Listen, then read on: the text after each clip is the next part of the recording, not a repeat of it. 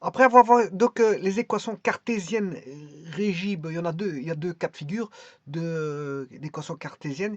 Il y a celle où on a x carré sur a carré plus y carré sur b carré égale 1. Et puis il y a celle où on a ax carré, enfin bx carré plus ay carré égale a carré b carré. Voilà, ça c'est la seconde. On pourrait mettre moins a carré b carré égale 0. Voilà, ça j'ai décortiqué ça dans une vidéo. Ça concernait les équations cartésiennes. Mais ici, je suis en train de traiter le cas de figure des équations cartésiennes d'une ellipse. Je parle d'une ellipse, bien sûr, pour lequel on a une qui était tirée horizontalement et une qui était tirée verticalement par des conditions données. Alors, les équations cartésiennes, on peut avoir une équation qui est toujours la même, mais deux conditions. Ou alors, on peut avoir deux équations et une seule condition qui est toujours la même. Alors, je vais tenter de faire la même procédure. Je vais tenter de faire la même procédure avec les équations paramétriques. Et de voir si dans les équations paramétriques, il y a quelque chose qui change. Alors, je vous rappelle, si je prends a plus grand que b, je vais dire qu'il n'y a qu'une seule équation, c'est x carré plus y carré, a carré sur b carré. Et si je prends a plus petit que b, c'est toujours x carré sur a carré plus y carré sur b carré. Alors, je vais m'intéresser maintenant aux équations paramétriques. Alors, pour l'équation paramétrique, bon là,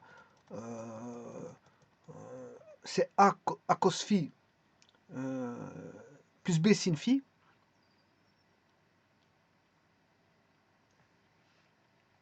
Alors, ceci vient bien sûr de la construction de l'ellipse, hein. Alors, pour construire une ellipse, on trace deux cercles centrés à l'origine. On a un rayon C1, un rayon C2. J'ai expliqué tout ça, hein. Alors, si vous avez B plus petit que A, l'ellipse est tirée horizontalement. Si B est plus grand que A, on a l'ellipse qui est tirée verticalement. Ouais, j'ai marqué ellipse et c'est ellipse. Enfin bref, c'est pas grave. Alors ensuite, on trace une droite d'équation y égale tangente phi, phi de x, compris entre 0 et 2 pi. On fait tout un ensemble de droites. On trace chaque fois une droite, des i, des 1, des 2, des 3, des 4, etc. etc. Et ces droites-là, ce sont des équations qui sont dépendantes de phi, qui est égal à tangente phi, le coefficient angulaire vous tangente phi, fois x. Donc elle est, bien sûr, c'est une ellipse centrale à l'origine, hein. Je suis en train de traiter une ellipse centrale à l'origine. Et ensuite, on recherche l'intersection de C1 avec ces différentes droites. On a les points QI et on a bien sûr les intersections de C2 avec des I. On a les points MI et bien sûr ces points QI, MI ont des coordonnées. Le QI sera A cosinus phi, A sinus phi et MI aura pour coordonnées B cosinus phi, B sinus phi. Et on trace des droites parallèles à Y passant par QI, qui sont toutes les droites DYI. On trace les droites parallèles à X passant par MI, on a tous les DXI. Et les intersections DYI inter DXI donnent les points PI de coordonnées A cosinus phi, B sinus phi, qui sont les points de l'ellipse. Alors j'ai pris ici la coordonnée de l'ellipse, ce sera ce qui est en trait rouge, A cosinus phi, B sinus phi. A cosinus phi, B sinus phi.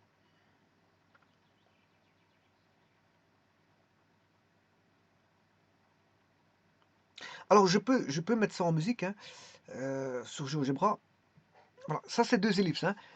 Ça c'est les explications qui ont été données pour les équations cartésiennes. Donc voilà, il y a bien une ellipse tirée horizontalement et l'autre verticalement.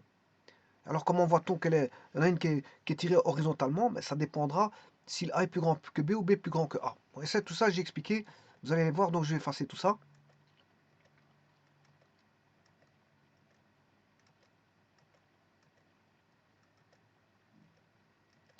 Alors je vais prendre un rayon de 3. Donc je vais tracer un cercle de rayon, centré en l'origine de rayon 3. Donc ce qui fait 9.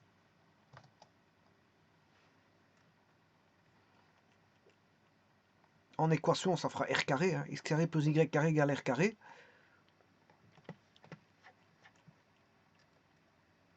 Je vais chercher une seconde. X carré plus y carré égale 4. C'est le rayon vaut 2.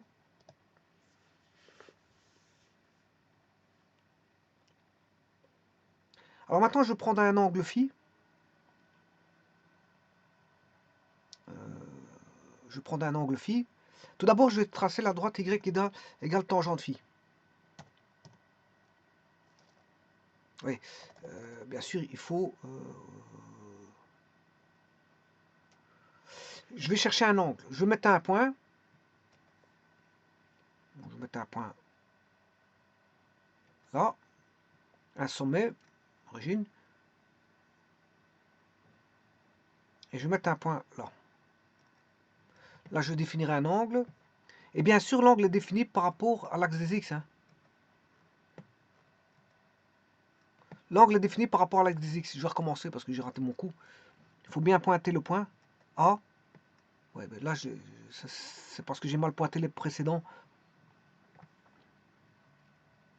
Je vais recommencer. Je prends angle.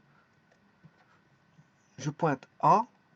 Je pointe B. Et je pointe C. Voilà, on a un angle de 46 degrés. Je vais tracer Y égale tangente.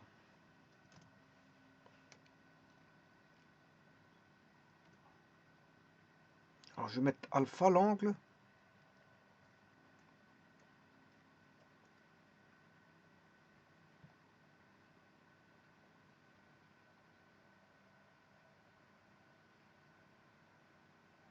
Le alpha, je ne sais pas où il est.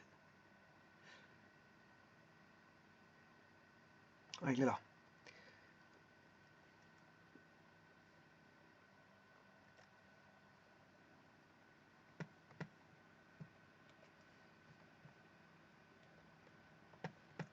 Tangente alpha x.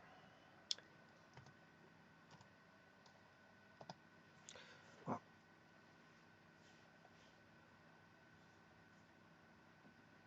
Bon, donc ça c'est la droite. C'est quoi cette construction-là? C'est la construction. Je viens de construire la droite, c'est le point 2. Tracer une droite DI. Il n'y en a qu'une seule, mais je vais la faire tourner. Il y aura une infinité de droites, hein, vous allez voir. Je vais la faire tourner. Ça va donner toutes les droites particulières. Mais ça, c'en est une. Alors maintenant, il faut que j'aille chercher. Tracer deux cercles, c'est fait. Centrant l'origine, l'un de rayon A qui vaut C1, l'autre de rayon B qui vaut C2. Bon, B plus petit que A ou B plus grand que A, on s'en fout pour l'instant. Tracer une droite. Alors, maintenant, alors rappelez-vous, si A plus grand que B, on a une ellipse qui est tirée horizontalement. Si A plus grand que B, on a une ellipse tirée horizontalement. Bon, les équations paramétriques, ben, c'est x égale a cos phi, b sinus phi, avec a plus grand que b.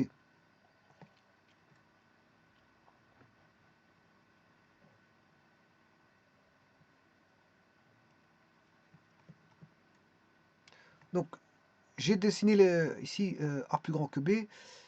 Ouais, ici j'ai pris... Ouais, je vais recommencer parce que le a c'est 3, a plus grand que b, le a vaut 3. Le a vaut 3 et le b vaut 2. Le a vaut 3, le b vaut 2. Donc j'ai tracé la droite. Donc les deux cercles sont faits. Les deux cercles sont faits. Je trace une droite, il y en aura une infinité de droites, bien sûr, c'est chaque fois. Il faut faire tourner l'angle, hein. Mais de toute façon, je vais faire une animation. Donc on verra la position de toutes les droites. Elle va varier, je vais faire varier l'angle par une animation. Alors je vais chercher D1 inter C1 qui donne Q. D1 inter C1 donne Q.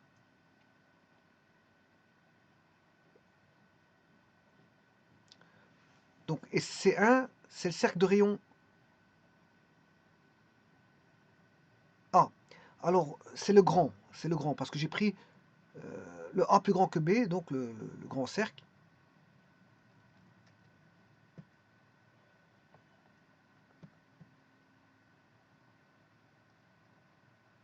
Le grand cercle. Oui, j'ai déjà le point C, hein. C'est le point C. C'est le point C. Voilà, ce qui veut dire que je vais faire passer y égale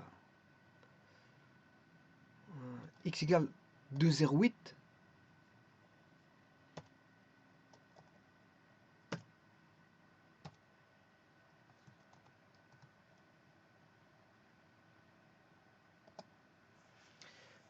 Point C, il est en x égale 2,08. Donc là, on a une coordonnée qui est donnée en fonction de ceci. Et vous voyez que si je devais mettre... On aurait O. Voilà. Je vais mettre ce point-là que je vais appeler O, P, Q. C, c'est Q. Voilà, on a côté... ça, c'est A. A. Donc, ceci, pour avoir P, OP, la distance OP, c'est X. Donc, j'aurai X sur A égale côté adjacent sur l'hypoténuse, c'est cosinus phi. Cosinus phi. Donc, que vaut X? X vaut A cosinus phi. X égale A cos phi. Voilà. Donc, c'est pour vous dire que j'ai le X. J'ai déterminé le X.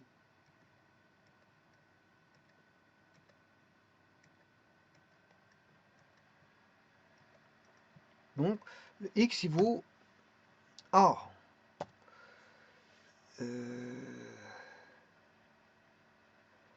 A, c'est un cercle de rayon 3, parce que j'ai pris le A plus grand que, voilà, 3 cosinus.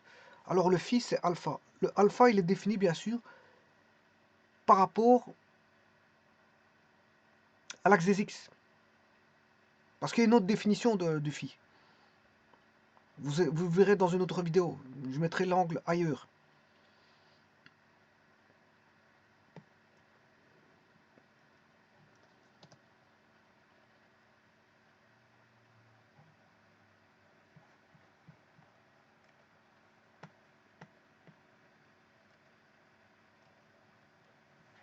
Alors maintenant, je vais chercher. Donc ça, c'est le point C, si vous voulez.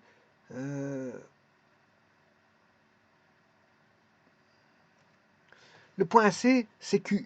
Ça va être les différents QI. J'en ai mis un seul. Voilà, j'ai qu'un seul Q, c'est le point C. Et j'ai fait l'intersection de la droite DI qui était tangente phi X. Et l'intersection avec C1. C1, c'est l'intersection du cercle de rayon 1.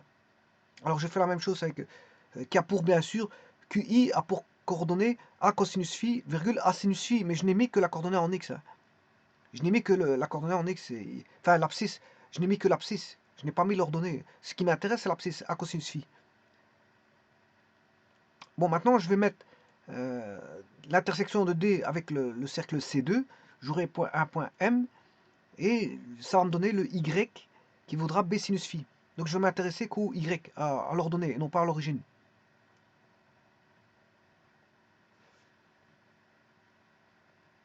Bon, tracer les droites parallèles à Y passant par QI, c'est déjà fait. Hein.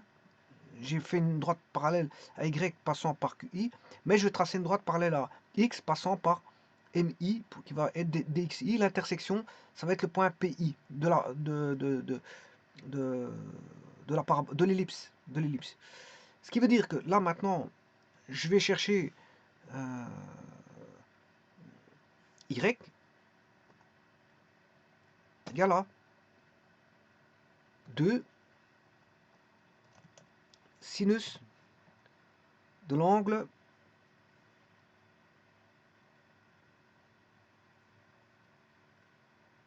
phi. Enfin, ici c'est alpha. Le alpha, c'est phi.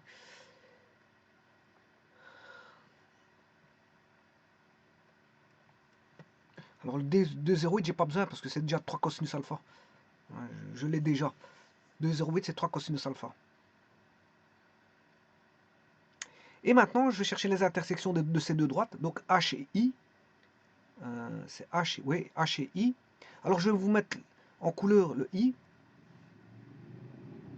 Le I, c'est celui-là. Hein. Il faut que j'aille juste chercher une couleur adaptée. Je vais le mettre en couleur. On va le mettre en cette couleur-là.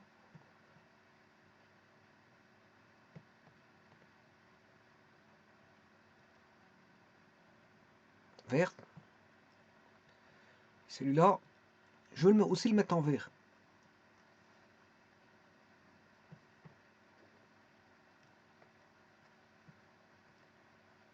C'est pas ce vert là, je ne sais pas quel vert que j'ai mis.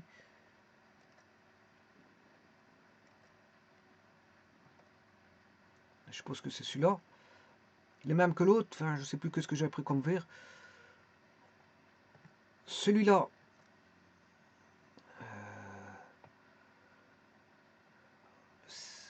le cercle là, je peux le mettre. Je vais vite arranger les objets. Objets.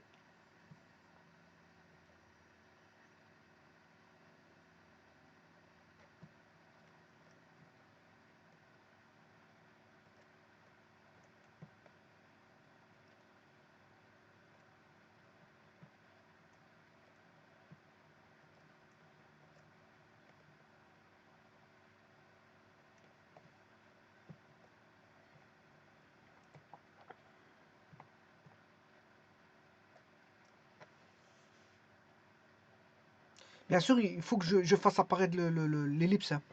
Alors l'ellipse, c'est x carré plus y carré égale 1. X carré sur 9.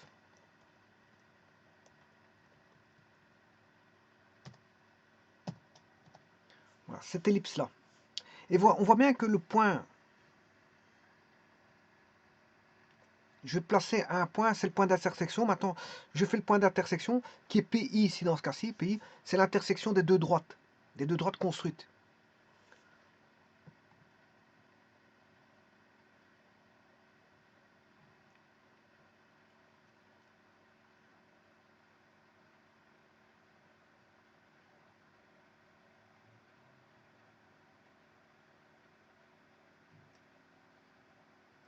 Donc ce point d'intersection, il n'est rien d'autre que c'est ce point-là. C'est le point d'intersection. Alors, je vais construire un vecteur. Donc un vecteur qui va partir de l'origine à ce point-là.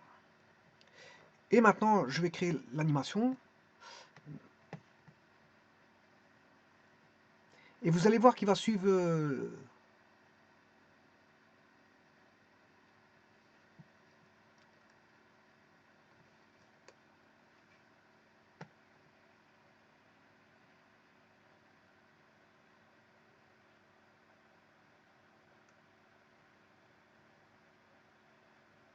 point T.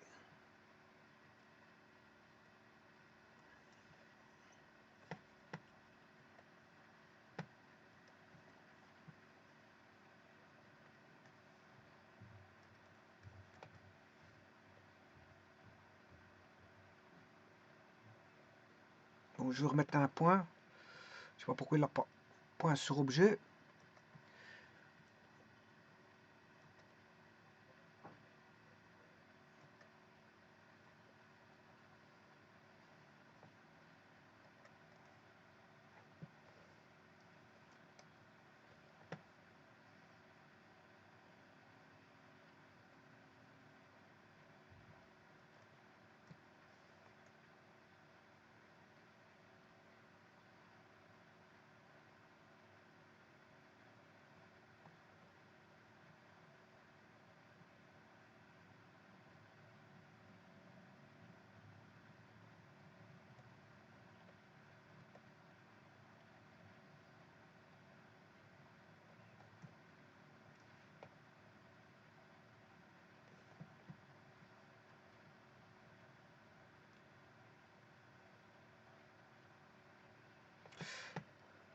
Je reconstruis un vecteur.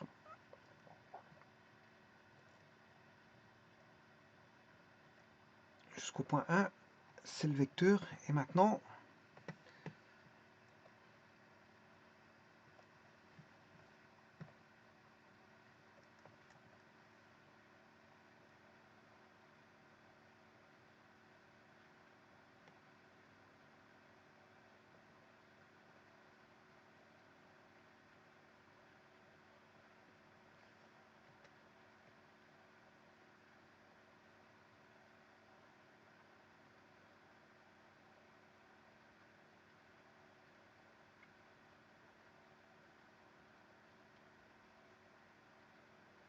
Ouais, donc je vais faire tourner le point C, hein. Il y a moyen d'animer avec le point C.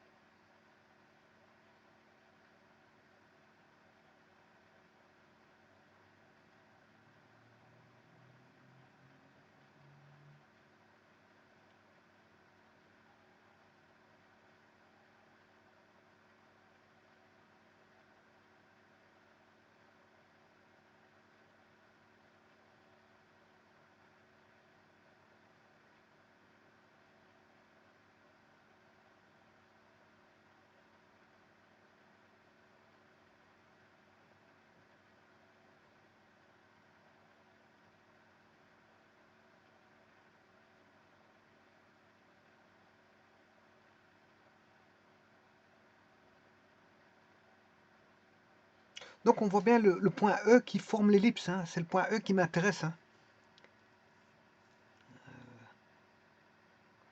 Enfin, le point... ouais, le point E, il revient à sa position, mais il faut regarder l'intersection. C'est l'intersection qui m'intéresse des deux verts, des deux droites vertes. C'est l'intersection des deux droites vertes qui m'intéresse. L'intersection des deux droites vertes.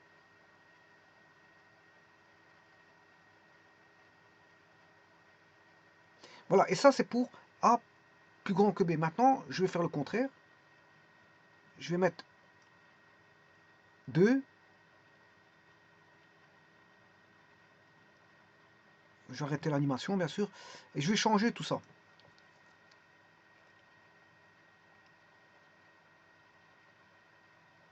Donc ça, c'est les deux. Il fait la position des deux droites vertes, si vous voulez, donne la courbe qui est l'ellipse, au travers de ce que j'ai expliqué ici. Hein. C'est les différentes droites qui font intersection. Alors, avant de changer quoi que ce soit, je vais m'intéresser quand même à l'Y et au X, à l'Y de QI et à l'X de MI. Donc, je vais dessiner, voilà,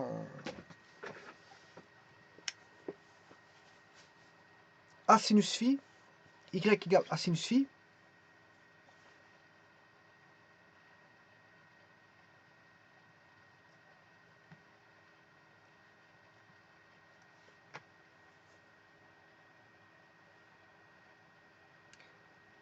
Y égale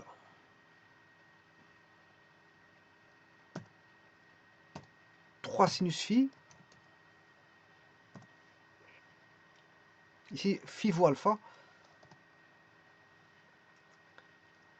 Et x égale 2 cos alpha.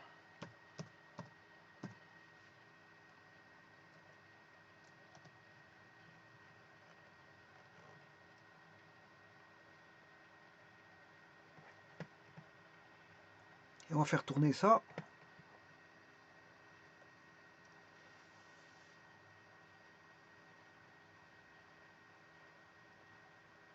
Voilà, et ça vous donne, quelque part, regardez qu'est-ce que ça dessine. Ça dessine aussi une ellipse, mais l'ellipse qui a en fait à 180, à 90 degrés de celle-là. Donc ça va donner, ça va dessiner, si vous voulez, regardez bien, ça va suivre x carré sur 4 plus y carré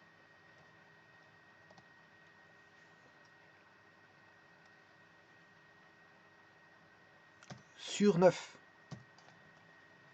égale 1. Je relance l'animation, pour autant qu'on voit l'ellipse, parce que j'ai pas. Égale 1. Bon, il n'est pas encore mise. Je vais l'arrêter. Égale 1. Je ne vais pas la prendre parce que bon, je vais la recommencer.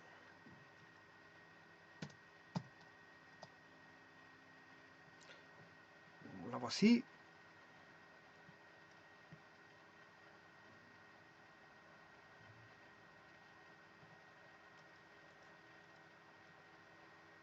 Je relance le mouvement. Et vous voyez que voilà, si vous prenez le contraire, ben, on a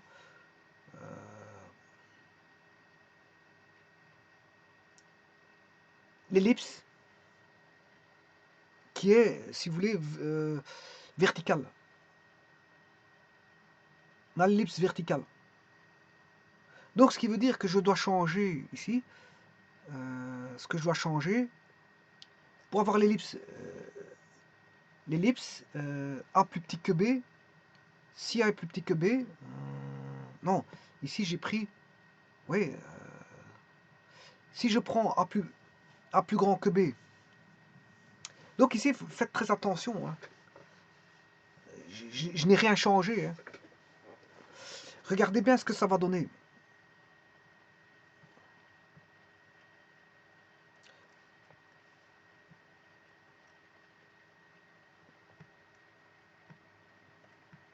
On aura A plus grand que B. Si A est plus grand que B, il y a deux cas de figure. X égale Y égale.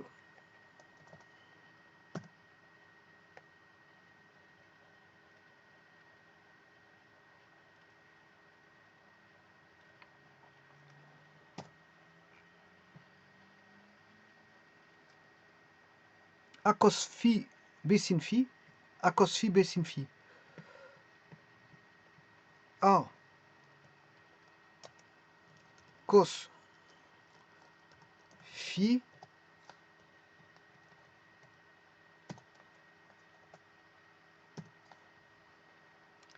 B sin phi. Et là, l'ellipse, elle est comment? Ben, elle est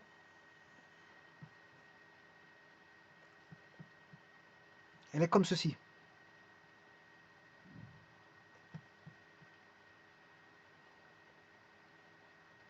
Maintenant, si je prends toujours A plus grand que B,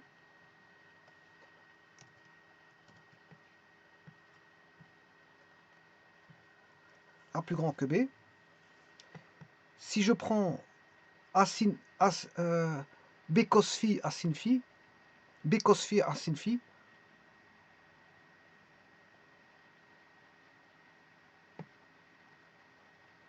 B cos phi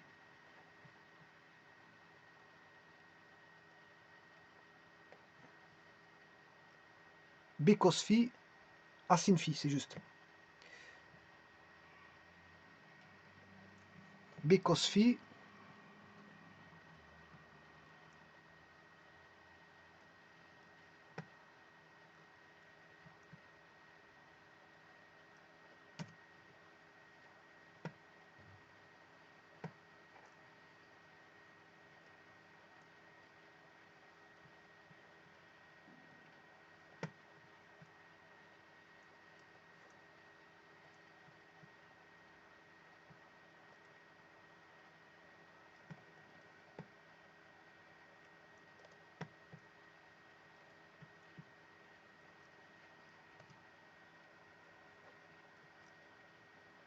L'ellipse est comment? Ben, elle est verticale.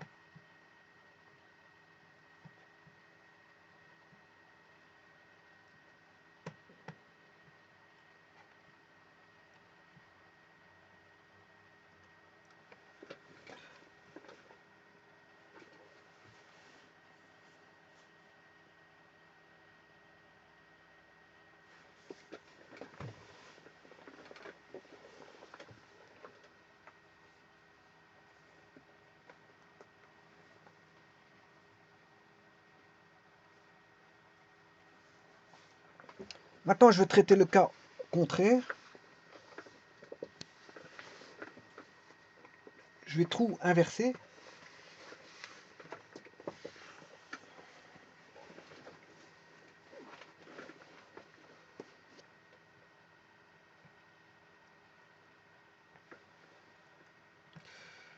Je vais arrêter l'animation.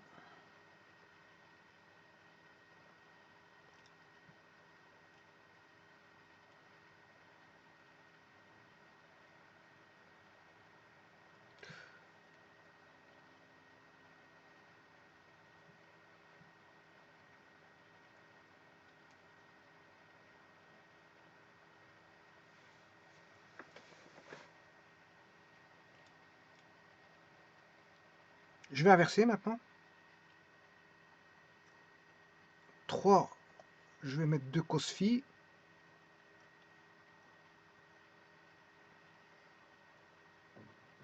3 sin phi.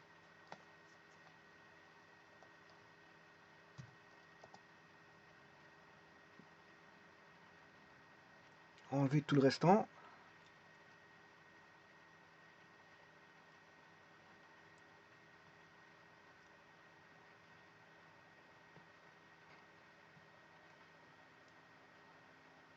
Trois.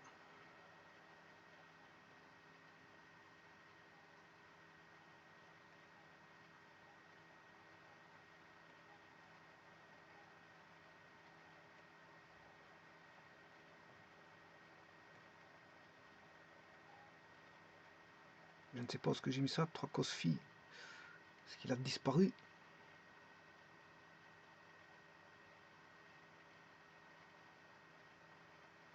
Bon, je vais retirer celui-là.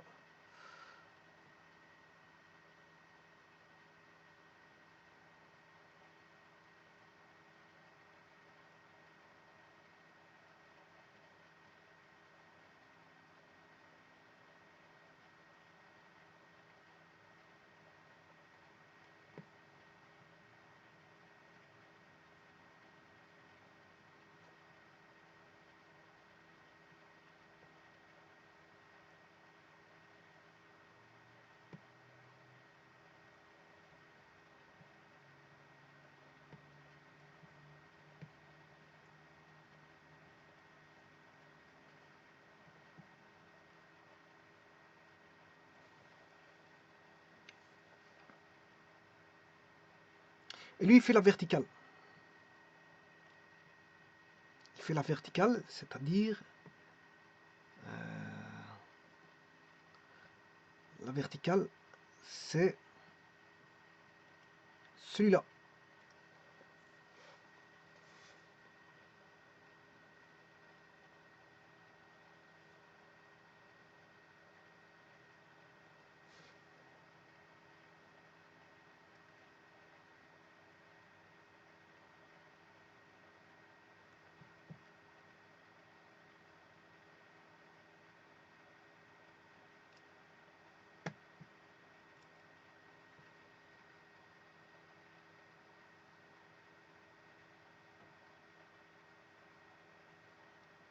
Bon, je me suis un petit peu embrouillé dans ce que je raconte.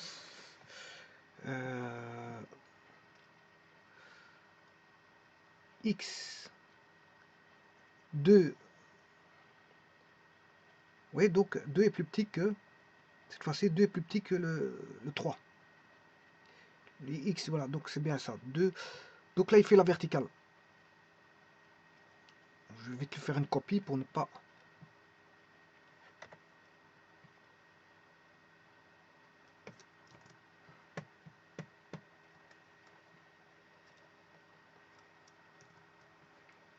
Donc là, on a la verticale qui sera là, mais A plus petit que B.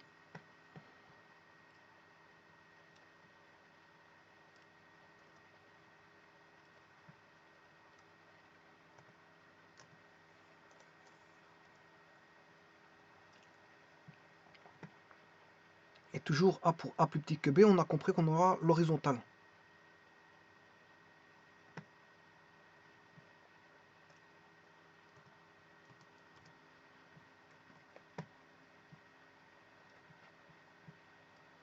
Je vais faire le test, regardez bien. Je prends 3 cette fois-ci.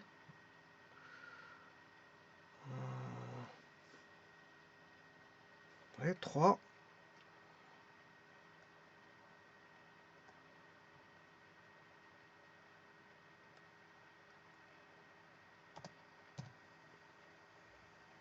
Et 2.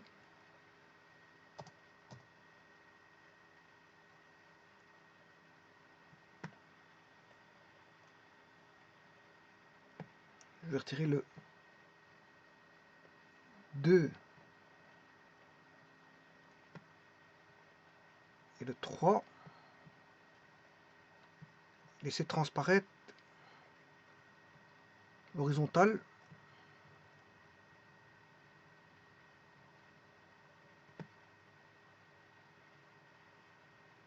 Non, ici toujours.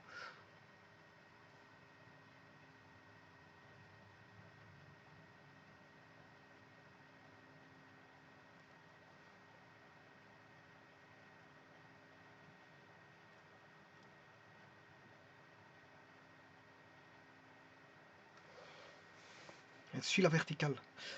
Qu'est-ce que j'ai dit?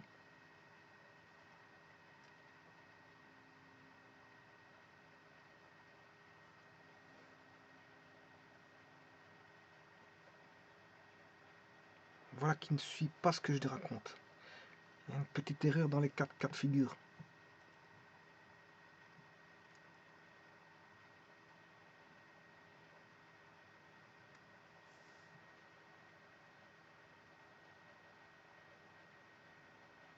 Ben, je vais les refaire tous. Je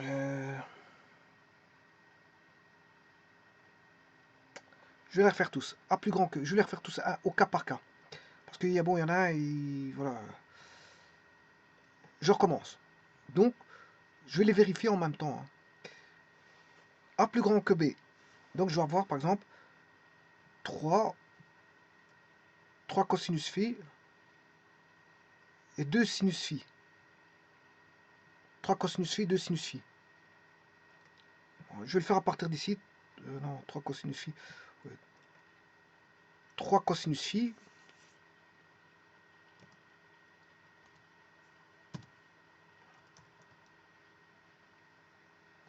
Je vais dupliquer les deux qui sont là-bas pour les avoir devant.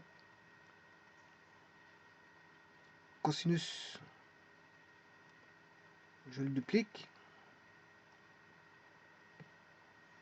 Et le sinus, je le duplique. Alors, je viens de dire,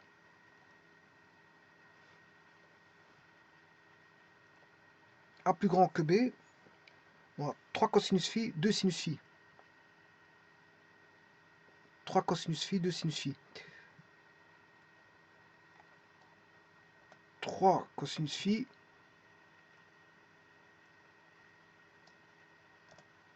2 sinus phi.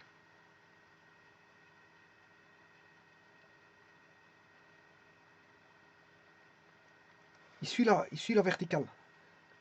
Il suit la verticale, donc tout d'un coup, voilà que ce n'est plus bon.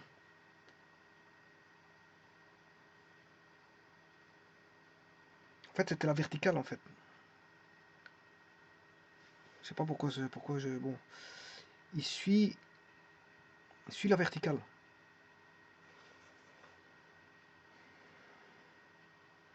Oui. Faut que je retire les autres.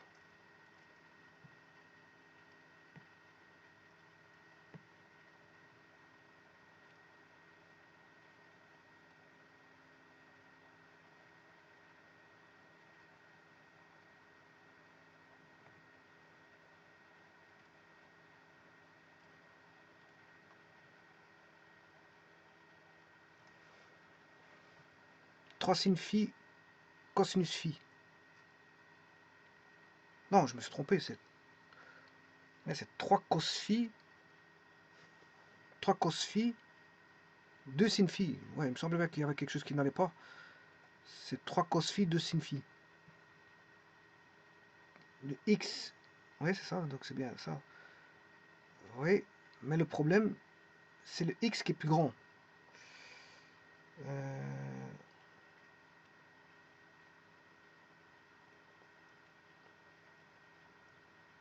C'est le x qui est plus grand. Donc, ouais, donc je me trompe ici, donc c'est tout à fait normal. Donc celui-ci va être bon. Ouais, parce que c'est le x du côté, le a plus grand que b. 3.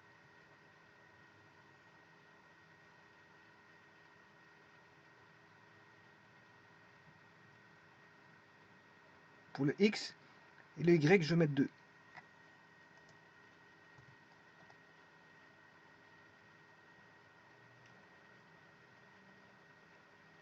Là, il suit, voilà, il suit là. Donc ça, c'était bon.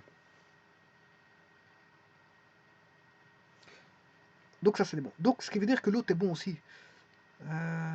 A plus, A plus grand que B.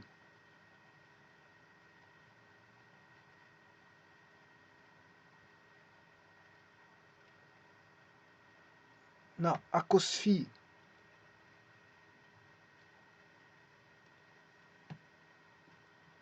C'est bien horizontal. C'est bien horizontal. Hein. A cos phi, YB sin phi, avec A plus grand que B, c'est bien horizontal. Et si je fais le contraire, ben, c'était vertical. Donc si A plus petit que B, elle était bien verticale. Donc tout ceci c'est bon. Ceci c'est bon. Ces deux-là sont bons. Je vais les mettre en couleur pour dire que j'ai vérifié, ça a été vérifié.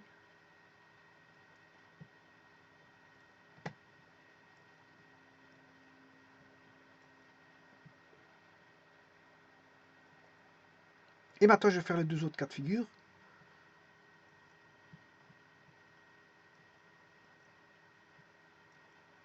Je vais faire les deux autres cas de figure.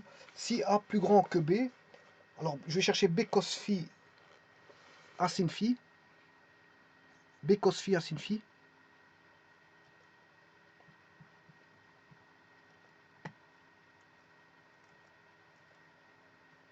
B cos phi, c'est celui-là. A sin phi avec A plus grand que B, mais le A, il est où? Le A est du côté du Y. Donc le 3, il est sur le Y. Le 3, il est sur le Y. Effectivement, il est là, 3 sur Y et 2 sur X. Eh bien, je vais lancer l'animation.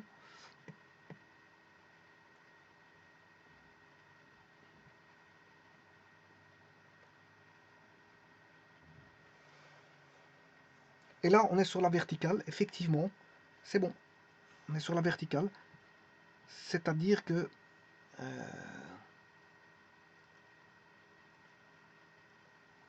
celui-là, que je vais vous entourer maintenant,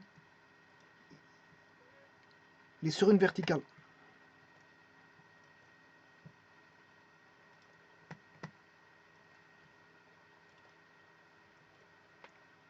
Et maintenant, faisons le dernier cas de figure.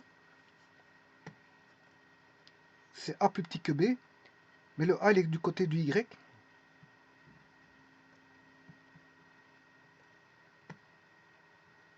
Donc c'est 2, 3. 2.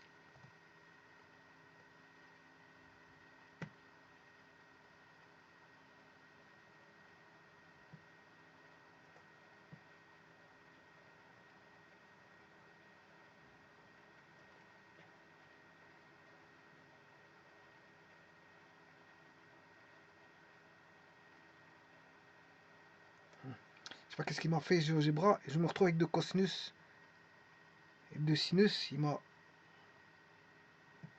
c'est pas grave, hein, je peux effacer ce qui m'intéresse pas.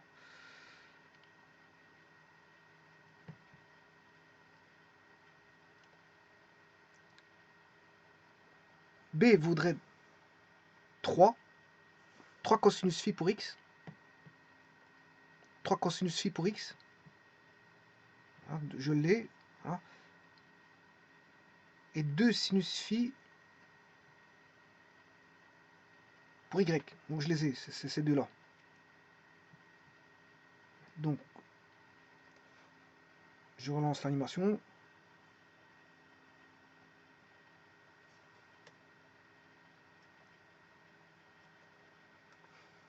Et il suit l'horizontale, donc tout est bon. Il suit l'horizontale. Donc l'ellipse horizontale.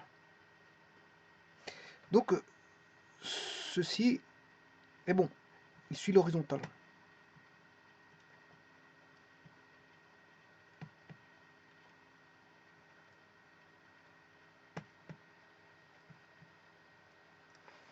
Il suit l'horizontale.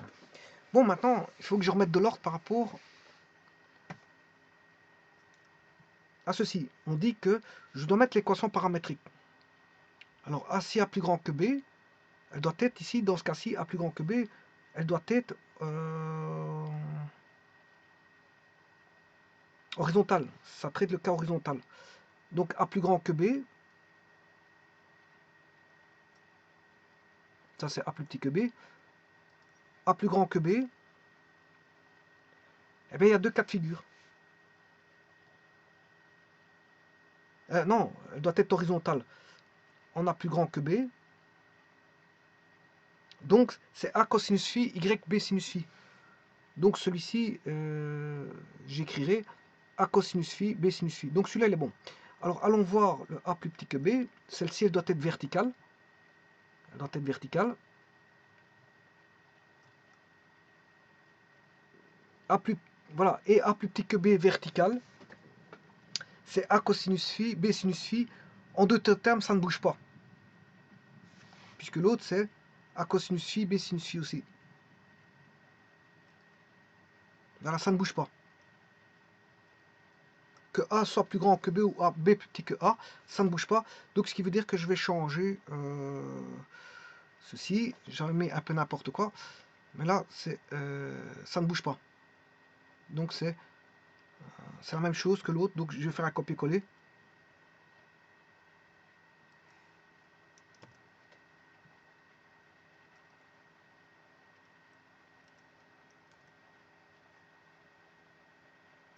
Donc ça ne bougeait pas. Donc il y avait une petite erreur. Bon, fallait traiter les inégalités, mais je l'avais dit dans une remarque que j'avais pas traité les inégalités, hein. Je les ai traitées dans cette vidéo aussi. Donc maintenant c'est déjà un peu plus clair, hein. Donc maintenant je peux vous dire que c'est ça. Donc il fallait pas bouger aux équations si vous voulez.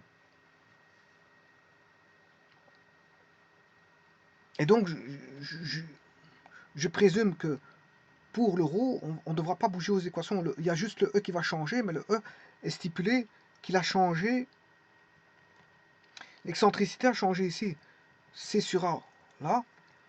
Par contre, pour A plus petit que B, le C sur A, c'est plus C sur A, mais C sur B. L'excentricité ici vaut C sur B.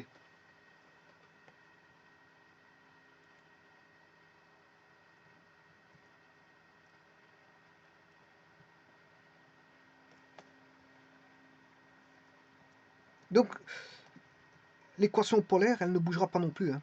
C'est simplement le E qui va changer.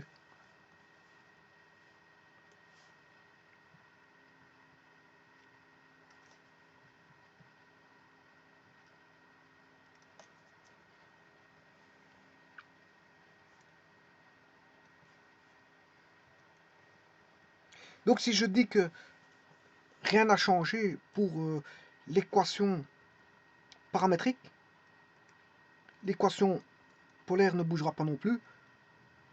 Oui, il y a le E qui va changer. Ça veut dire que l'équation focale de l'ellipse restera la même. Donc je vais aller faire une copie sans bouger au X ou Y. Voilà.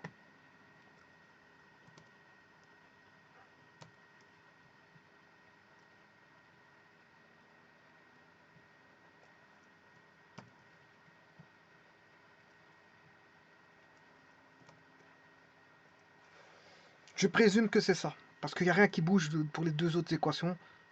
Enfin, pour l'équation cartésienne, elle ne bouge pas. Que A soit plus grand que B ou A plus petit que B, l'équation cartésienne ne bouge pas. Oui, ça ne bouge pas. L'équation paramétrique, elle ne bouge pas. Que A soit plus grand que B ou A soit plus petit que B.